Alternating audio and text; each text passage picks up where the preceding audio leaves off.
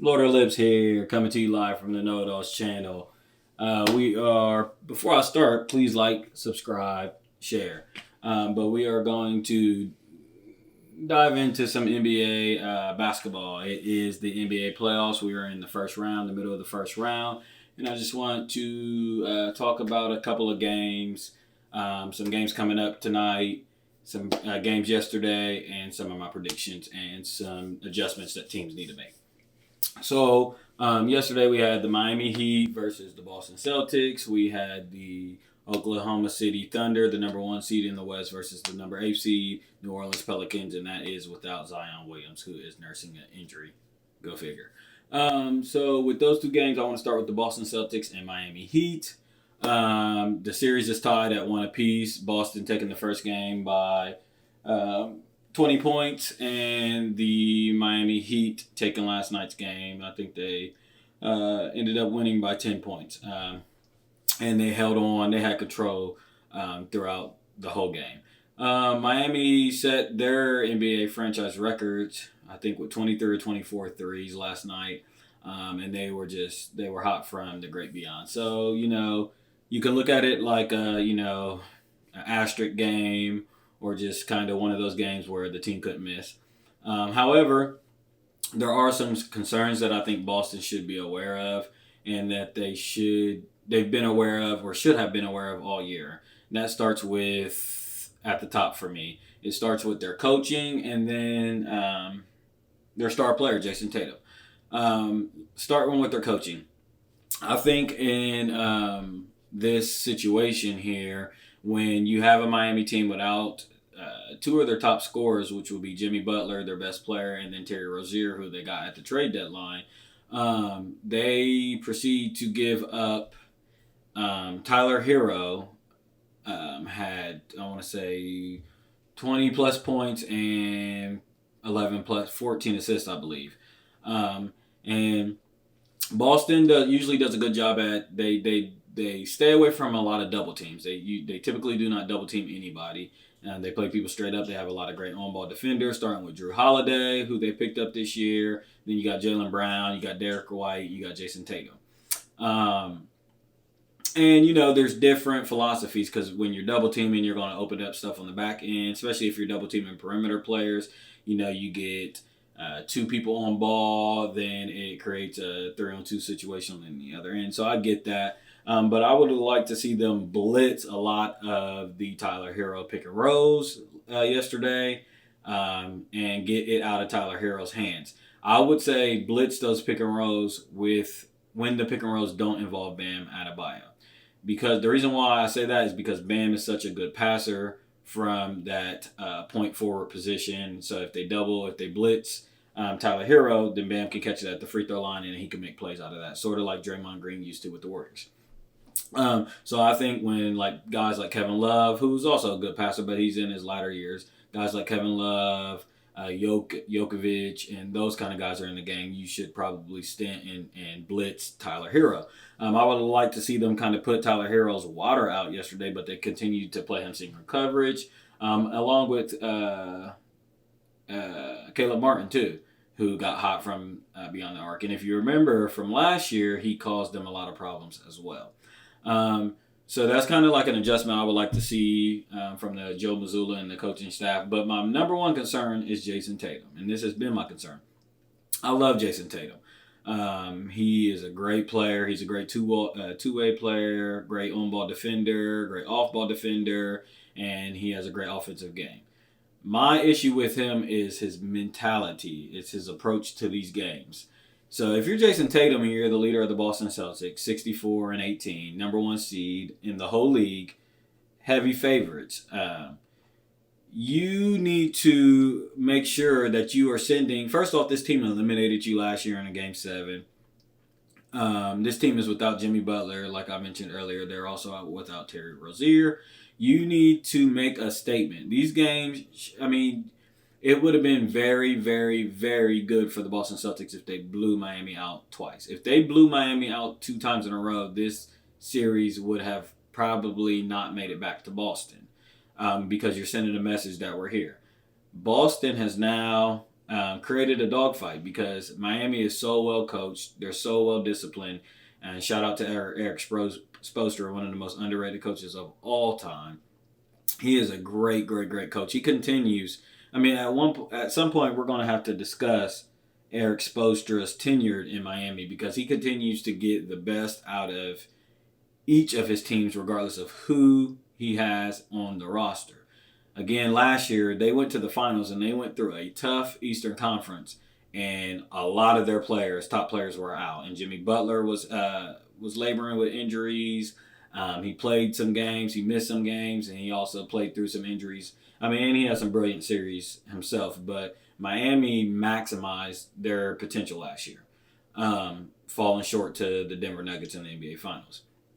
However, I'll say all that to say that this falls at the feet of Jason Tatum. I believe Jason Tatum has 28 points, 10 rebounds, 3 assists. Jaylen Brown had 30-plus points. So you got your numbers there. But my problem is how sometimes they start these games. I feel like Jason Tatum doesn't get the concept that sometimes you have to drive your team to certain victories. And sometimes you have to do that just because they're not playing up to, your guys' standard, or the game is going, getting out of balance, or your game plan that you and the team constructed just isn't working. So sometimes you just got to chalk that and take over the game. But outside of that, I get the feeling that Jason Tatum believes that he's going to win a championship solely based off of talent and talent alone. I'm here to tell you that is only like maybe 20% of the happening. As mentioned earlier with the Miami Heat last year, Jimmy Butler willed that team to the NBA Finals. He just simply refused to lose last year. He did, I believe he burnt himself out by the time the NBA Finals came around. He was totally exhausted. I mean, he had a grueling series against the New York Knicks, the Milwaukee Bucks, and then the Boston Celtics that went 7 games after Miami was up 3-0. The Boston Celtics stormed back 3 straight games, and we had an epic series there. So I think that is the lineage that Jason Tatum is missing. I mean, they just sometimes, the Celtics are just known to drop eggs, and yesterday was one of those games on the road. I mean, at home.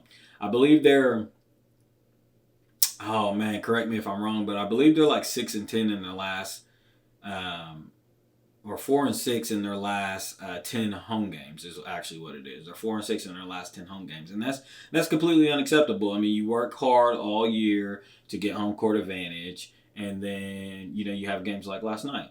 So I think in order for the Boston Celtics to make easy work of the Miami Heat like they should, if they really have title aspirations, this series should be over in 5 games. Jason Tatum needs to have a change in philosophy and mindset. And it usually takes a loss for him to have that. And that's where my concern is with Jason Tatum. In fact, I'll go ahead and say this before I switch gears here. If the Boston Celtics were to play the Denver Nuggets in the NBA Finals, the Denver Nuggets would beat them in 5 or 6 games. And that's because when you watch the Denver Nuggets, they're not waiting around. They're not toying around with teams and stuff. They put you away and they play consistent. They are a steady, consistent team, and Boston goes more like this. Boston is more like this. So again, I mean, I do see this series probably, I think I said in my last video, 5 or 6. I could see it going 6 games. Jimmy Butler's still nursing a knee injury. I'm not sure exactly when he's coming back, but I think if the series continues to drag on, we might see Jimmy Butler. So that's dangerous for the Boston Celtics. It is best for the Boston Celtics to get this series done in 5 games. So they need to win the next 3 games. Switching gears, the Oklahoma City Thunder and the Pelicans. The Oklahoma City Thunder is the number 1 seed, led by MVP candidate Shai Gilgeous-Alexander, who put on a clinic last night as well. I believe he finished the game with 34 points on 68% shooting. Just another magnificent game for him. He never seems rushed. He kind of reminds you of a Paul Pierce, Chris Paul, Luka Doncic, of that ilk, as far as he just never seems rushed. He always seems in control. And Shai is really good at getting to his spots. He's really good at sliding through cracks and crevices that makes it awkward for the defender. So he'll put you on his hip, he'll put you on his back, and then he has a really good in-between game with a lot of pull-up shots, a lot of mid-range shots. So it makes it really difficult for players to defend him. And I would also like to say with that, this is, I want, the kids out there that is working on their basketball game and studying basketball, this is the importance of a mid-range or in-between game. The floater, the teardrops, the pull-up jump shots. It makes you next to unstoppable because you can pant around different parts of the court and you're a threat from all those positions. When you're a three-way scorer like Shea is from the arc, in between, and also finishing, it makes you put your defender on hill because they never know when they are studying your tendencies and doing a scouting report. You have such a variety of your shot charges coming from such different varieties. It makes it hard for them to scout you properly and defend you certain ways or force you to do certain things because you have different counters. I would like to say that I would like to see more Alvarado in this series. He has played a decent bit. I believe in game one, he stepped up to the plate and he kind of got New Orleans back into the game with his pestiness. So I would like to see a little bit more of him. Jonas Valanciunas in the first quarter was on a tear. I think the commentary said that he was looking like a baby Shaq out there. And so I think they kind of got away from that as the game goes on. And especially it's kind of like a good running back. I think a center's like a good running back that when the game in football, when the game isn't close, it neutralizes your running back because you need big chunks and you need big plays and you need them right away. So same can be said for centers here. I think they kind of got a little bit away from Valanciunas versus Chet, who Chet is just a little bit too frail, a little bit too skinny framed to be able to handle Valanciunas. Valanciunas and the Pelicans crushed the Thunder on the boards. So some adjustments that I would say for both sides. Well, right now the Thunder is up 2-0, so I mean they're still going to the drawing board. But for the Pelican side, I would like to see them put some length on Shea. Shea is a bigger guard. He's a bigger point guard, bigger one, bigger two, and I would like to see them. You got Herb Jones, who's picking him up a lot, but also, get Brandon Ingram involved. And I would like to see them probably trap him on pick and rolls. I would trap Shea on a lot of pick and rolls and let him play out of the 1 and 2. So I would let him throw it over the top and let, them kind of dictate the back end of that. But I would take the ball out of Shea's hand this series. It seems like he's just dominating and they're allowing him to navigate where he wants to go. And he's controlling the whole space and the whole floor. And again, with his shot chart and being so mixed, it's hard for the New Orleans Pelicans to pinpoint what they need to necessarily do to stop this team.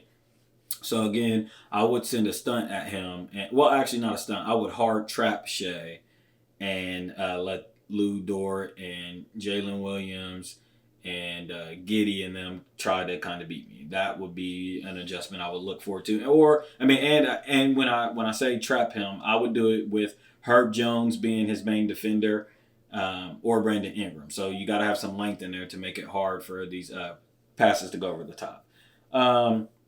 Tonight we have a triple header with the New York Knicks visiting the 76ers. The 76ers are down 2-0 after their classic meltdown in Game 2.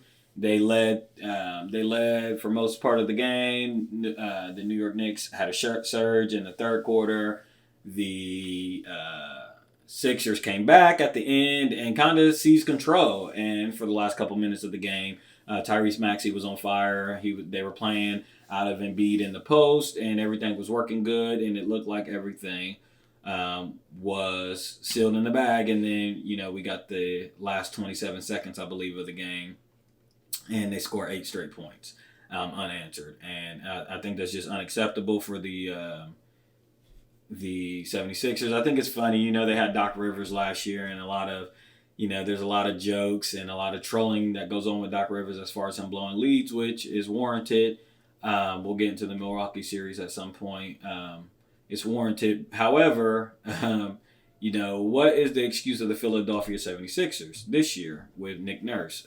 Blowing an 8-point lead in that little bit of time is just, it's definitely unacceptable in the NBA playoffs.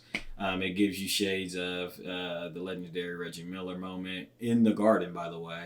It's funny, same team, different result. They were on the better end of this one, but same team, same arena. And Embiid made comments after the game that it was completely unacceptable, but he was still confident that they were the better team, that they're down to 2-0, but he knows that they're going to win the series because just as far as how the games have played out, he feels like they have been the better team.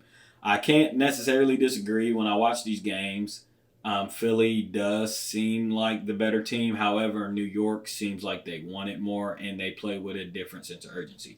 Jalen Brunson through these first two games has not been up to his own standards. I believe he shot like 7 for 24 or 26 last game. Damn. He came on more towards the end, as all great players should. So, you have to give him credit there. However, I think Philadelphia has done a great job putting size and getting a little bit physical with Jalen Brunson, and it's throwing him off his rhythm. For Embiid, I mentioned in my other video that he needs to, although, you're going to be throwing all things at a wall down 2-0, but I feel like he needs, in order for him to be able to have this long postseason run that we're looking for, he needs to have designated spots and times that he is getting the ball.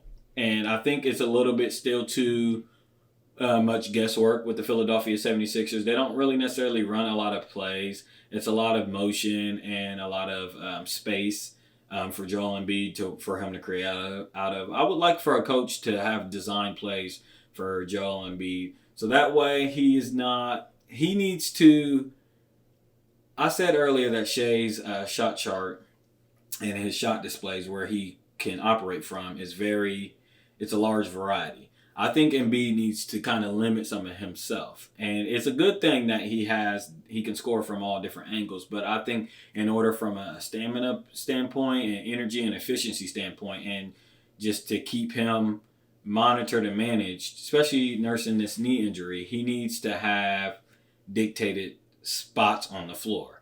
One of the great things Phil Jackson did for Shaq was to tell him that Shaq was to run and beat the center down and seal the center of the opposing team center and catch it deep into the paint.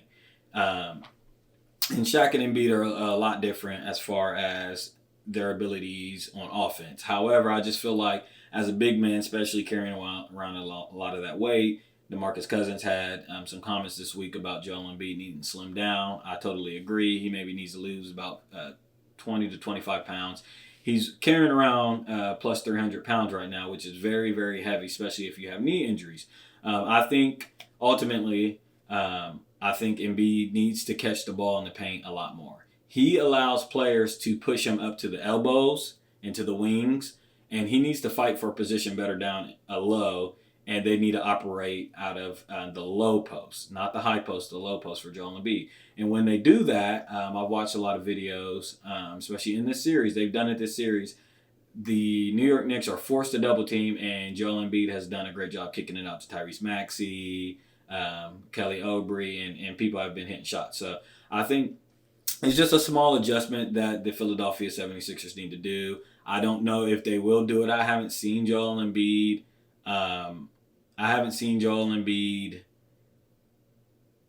have that sort of coaching and that sort of structure yet through Brett Brown, Doc Rivers, Nick Nurse. I've continuously seen Joel Embiid get to dictate his own shots. So that's an adjustment I would like Philadelphia to do. I feel like if Philadelphia does that and they play through Embiid in the low post, they could actually win the next 4 games.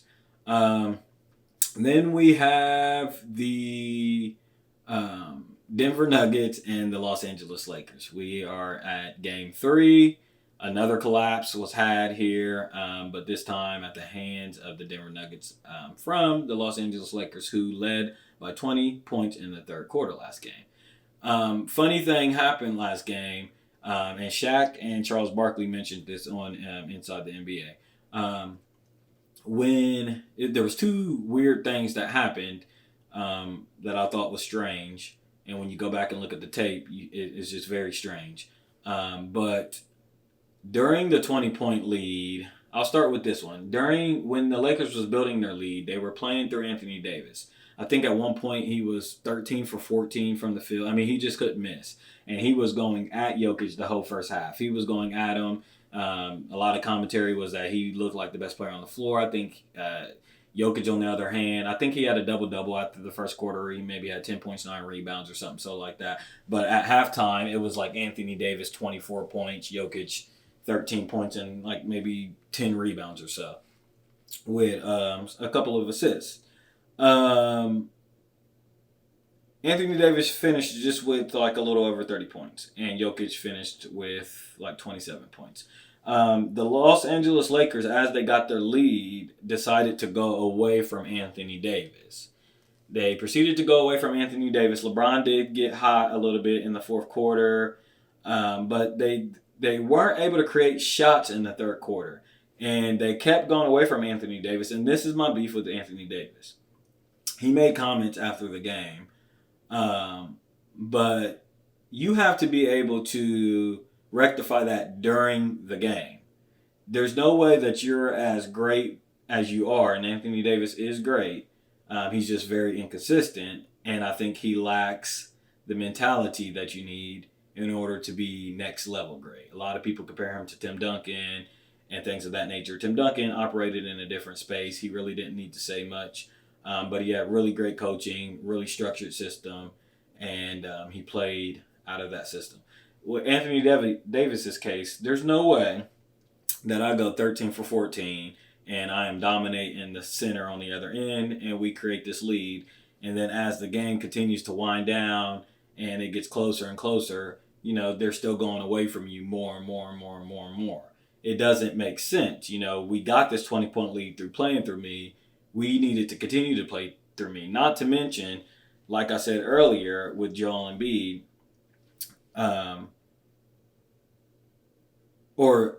with Jonas Valanciunas in the Oklahoma City series, that it works in the opposite way. As well as if you're getting blown out, you necessarily can't go to your center as much, just like in football with a running back. However, if you are trying to protect a lead and you're up 20, it's in your best interest if you have a dominant center or a dominant big to play through that big. It creates floor balance. People are able to get back because it's not long threes bouncing off the rim, going the other way, creating fast breaks for the other team. And it controls the pace. So playing through your big man helps control and dictate the pace, and the Lakers got away from that. Also on the other end, they started to ride LeBron James during that second half, and I thought that was strange. But on the other end, they began to double team Jokic after in the first half they were single coveraging him. The Lakers did a couple things. In the third quarter, they began double teaming Jokic with a 20-point lead, and it opened up the floor for some of the shooters for Jokic. And then in the fourth quarter, while the shooters got hot, Jamal Murray, for instance, started to warm up more in the second half, definitely in the fourth quarter because he was struggling through the first half, and Jamal Murray was struggling just through his indecisiveness. His shots were the same shots that he typically shoots. You would just always see him. He would shoot a floater, but it was like a hesitant. He was looking to pass really, and then last minute he shot a shot. I think he kind of kicked on a switch in the fourth quarter, and him and Jokic have been the best. And shout out to Mike Malone. If you watch a lot of Denver Nuggets tape and stuff, I think around the last half of a fourth quarter, or sometimes the whole fourth quarter, they'll ride it depending on the game. They will go away from a lot of their offense and they will just run the high pick and roll between him and Jokic. That's what they proceeded to do in the fourth quarter. They got rid of a lot of their offensive package and they just decided to run high pick and roll between Jokic and Murray. They would do flare screens around each other between Jokic and Murray. Murray would come around Jokic and get handoffs, and they would make the Lakers choose on how they wanted to do it.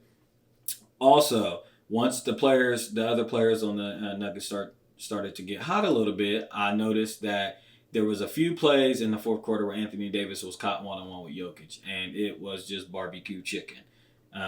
As me and my friends like to say, Jokic took it to his chest. He takes it to his chest, but he was on full display in that second half, especially in the fourth quarter. The game obviously ended on a buzzer beater between Jamal Murray. Jamal Murray takes Anthony Davis. He gets the switch, and he takes Anthony Davis to the baseline and shoots a corner fadeaway, falling into his own bench, and nails it. Jamal Murray has been clutch in the last few postseasons. People forget that, and I believe in 2022, the Nuggets got eliminated by the Warriors, and Jamal Murray was still dealing with his ACL or Achilles injury. The year before that, in the bubble, and before that, after the bubble, Jamal Murray had a great postseason. He had that crazy duel with him and Damian Lillard. And then he had the crazy duel with him and Donovan Mitchell as well in the bubble. So Jamal Murray has been a big-time playoff performer. It just seems like he's born for these moments.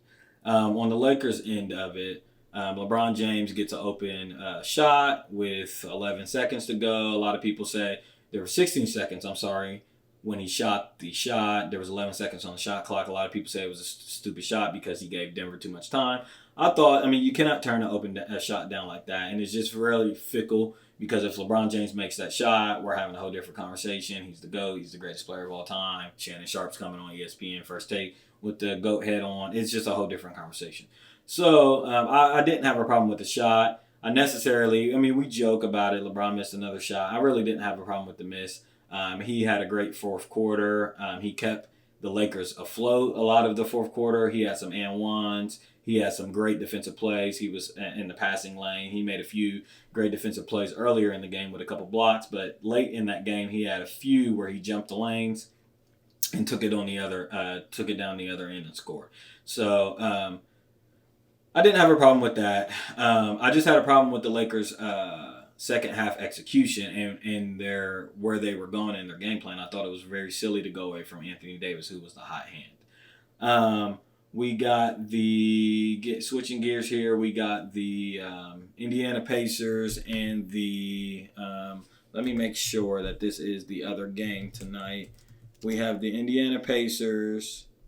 Let's see here. Today's Thursday. That's actually going to be tomorrow. But I just want to cover the Indiana Pacers Milwaukee series real fast. The Indiana Pacers tied it at 1 last game. We had in game 1, Damian Lillard shot the lights out, and I think the game was pretty much over in the first half. I think he had 30 plus points in the first half. He just couldn't miss, and he started hitting his Dame Time watch. So the Indiana Pacers get revenge. Pascal Siakam, again, another great game in game 2. I think that the Milwaukee is actually going to have to make the real first big adjustment on figuring out what they want to do with Pascal Siakam. They've done a great job so far with Tyrese Halliburton, who's still, I believe, nursing an injury. But right now, I think that they have to figure out who they want to guard Siakam. Bobby Portis would be the ideal person, but it's hard to say. You got Jay Crowder. You also got Chris Middleton that I think would be an interesting matchup just due to his size and his mobility, because Pascal Siakam is a forward, but he navigates best when he's going up against a bigger player that he can score off the dribble to. So if you kind of neutralize him with someone that still has the size but is a little bit more mobile, I think that kind of changes some of his elements. I would throw a lot of Chris Middleton and Jay Crowder at him, and less Bobby Porter and Brook Lopez. I also think that the Indiana Pacers made a good adjustment guarding Dame Lillard the second game. You just got to mix it up with Dame. You cannot let somebody like Dame, a great scorer like Dame, see the same coverage over and over, because he'll figure it out. Maybe not in the game. A lot of times Dame could figure it out during the game, but definitely he would definitely figure it out game to game. So you have to mix it up with Dame and throw him different coverages. I'm going to make predictions to close out this video for these series that I just mentioned. So for Cleveland and the Magic, game 3 tonight, I believe that the Magic actually get this one. It's a close game. There is going to be under 100. I got the Magic probably 98-92 in a close game. Just it's the first time. I mean, the Orlando Magic is back in the postseason. I think the crowd will be great. It'd be great energy. And then we have the New York Knicks and Philadelphia 76ers. I think Philadelphia bounces back. It's really a big test for them after taking such a devastating blow. It's a make it or break it game for them. I mean, obviously you can't go down 3-0, but they need to have a great first quarter. They need to have a great first quarter to prove to themselves that they're still in tuned and involved in this series. So I do see the Philadelphia Sixers winning this game. I think we get a good game from a lot of their role players. Kelly Oubre, somebody to look out for. Tobias Harris as well. And we got the Denver Nuggets and Los Angeles Lakers. I do not believe that LeBron James can get swept 2 years in a row by the same team. Oh man, that would just be devastating. It's so hard. I had the Lakers winning game 1. I didn't have them winning game 2. I had them winning game 1, still in game 1. Nuggets are still up 2-0 right now. I'm going to go. I think the Lakers finally get it done against the Denver Nuggets tonight. It's been 10 straight losses against this team. Oh man, I got to go against that odds. I can't see them losing tonight. So I think the Lakers win a close game tonight and try to somewhat make it a series. We'll continue this series here with more coverage of the NBA playoffs. We got some other teams. The Phoenix Suns and the Timberwolves has been a hotly contested series. Anthony Edwards has blossomed into a great young star. We have the Los Angeles Clippers along with the Dallas Mavericks. That series is knotted up at 1. And then just some other great series that we want to cover here on this channel. So, again, please like and subscribe, share the content. This is independent media. This is Lord of Lips, and I am out. Peace.